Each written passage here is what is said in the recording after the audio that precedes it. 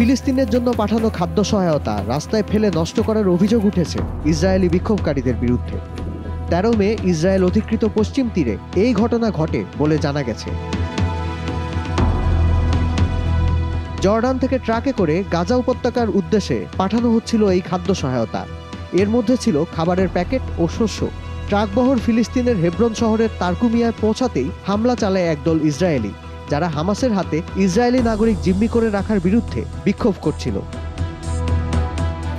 সামাজিক মাধ্যমে প্রকাশিত এক ভিডিওতে দেখা যায় হামলাকারীরা ট্রাক থেকে খাদ্য সহায়তার বাক্সগুলো টেনে রাস্তায় ফেলে দেয়, খাবার ও শস্যের প্যাকেট ছিঁড়ে ফেলে, রাস্তায় ছড়িয়ে এবং পদদলিত করে নষ্ট করে। এ সময় তাদের বলতে শোনা যায়, ওদের কিছু দিও না, ওরা হত্যাকারী।